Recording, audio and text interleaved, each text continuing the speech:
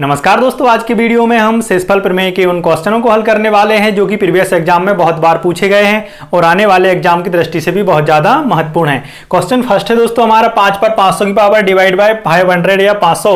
अब यहाँ पर देखें तो ये जो आपका भाज्य है या फिर जिसको आप अंश बोल सकते हो, ये बहुत ज्यादा बड़ा होगा आपके भाजक से या हर से। तो हम फोकस हमारा ये रहता है, हम कोशिश ये करते हैं कि कैसे भी करके या तो हम इस भाज्य को, क्योंकि ये पावर के रूप में लिखा हुआ है, जब बड़ा है तो हमारी कोशिश ये होती है कि हम इस भाज्य को हमारे भाजक के मल्टीपल के रूप में कन्वर्ट कर लें, तो भाग पूरा पूरा चला जाएगा, मतलब शेषफल 0 आएगा। या फिर हम इस भाज्य को या अंश को इस तरीके से पावर के रूप में ब्रेक करके हल करें कि भाजक से एक बड़ा या फिर एक छोटा आ जाए, उससे हमारा आंसर जल्दी आ जाता है। देखिए किस तरीके से हम इसको हल करेंगे।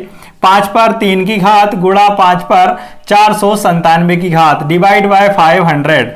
क्योंकि घातांक करने का रूल कहता है दोस्तों कि अगर आधार समान है तो घातें आपस में जुड़ जाती हैं, और जब हमारे पास अगर एक आधार है तो हम डबल आधार बना के लिख सकते हैं, उसमें कोई बुराई नहीं है, घात को अलग अलग तोड़ के। ठीक है, ये आप जानते हैं 5 का घन दोस्तों कितना हो गया, 125 हो गया, यहां पर मैंने लिख दिया, और 125 का ये लिखा हुआ है 4 गुना, 125 का ये 4 गुना, एक स्टेप और मैं लिखता हूं, 5 पर 497 की घात डिवाइड बाय 4।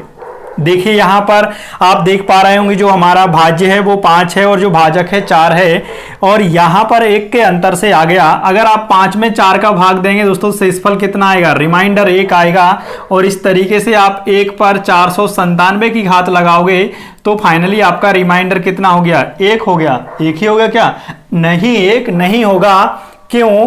क्योंकि आपने या हमने ऊपर 5 के घन से इसको डिवाइड किया हुआ था, छोटा किया हुआ था, तो हम लास्ट में फाइनली जो हमारा आंसर आएगा उसमें भी 5 के घन मतलब 125 से ही गुणा कर देंगे, और जो हमारा आंसर हो गया दोस्तों फाइनली वो कितना होगा, 125 होगा। 125 शेषफल होगा इस क्वेश्चन का 5 पर 500 की घात या पावर डिवाइड बाय 500। अब आप बोलेंगे कि अरे ऐसा कैसे, तो जरा यहां पर देखिए आप, 4 डिवाइड बाय 16, 4 में हमको 16 का भाग देना है, तब आप बोलेंगे शेषफल क्या है, शेषफल 4 ही तो है, शेषफल 4 ही तो है, क्योंकि आप 16 की टेबल 0 टाइम पढ़ रहे हैं। फिर आपका मन हुआ यार आपने ये भिन्न के रूप में दिखा, आपने इसको सॉल्व कर दिया, इस तरीके से आपने उसको छोटा कर दिया। अब छोटा करने पर क्या आप ये बोलेंगे कि शेषफल 1 होगा? बिल्कुल नहीं होगा। क्यों?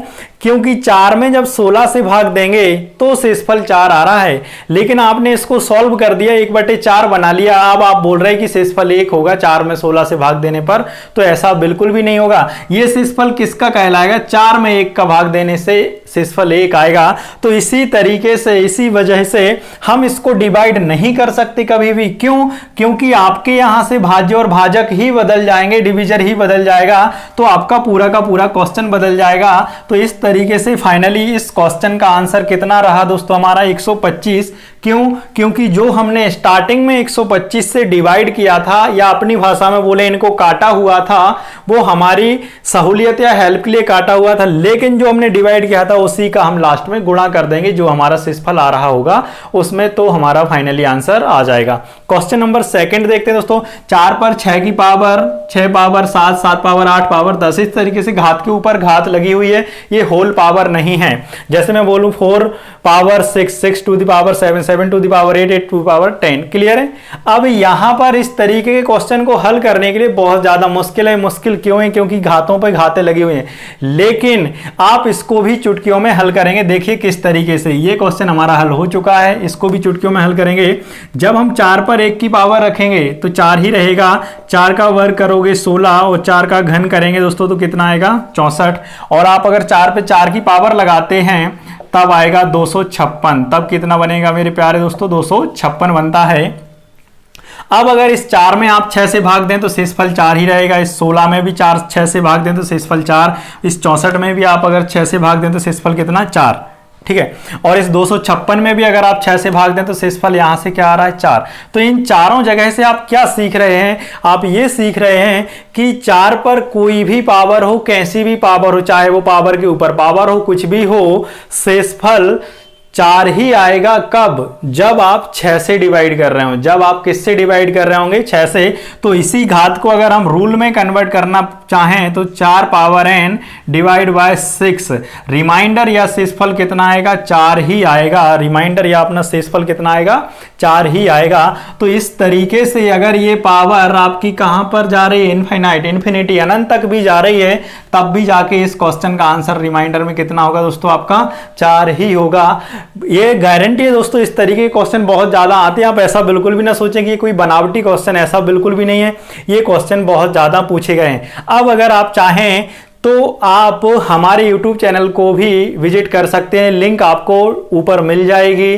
क्यों? क्योंकि वहां पर मैंने आपके लिए पूरा का पूरा शेषफल प्रमेय का बेसिक फाउंडेशन, बेसिक कॉन्सेप्ट, साथ ही साथ बहुत ही बढ़िया इजी ट्रिक के माध्यम से समझाया हुआ है। क्योंकि यहां पर बस ये 2-5 मिनट का वीडियो है, लेकिन वहां पर आपके लिए कंप्लीट 1.5-2 घंटे की आपको पूरी की पूरी इसकी क्लास मिलेगी।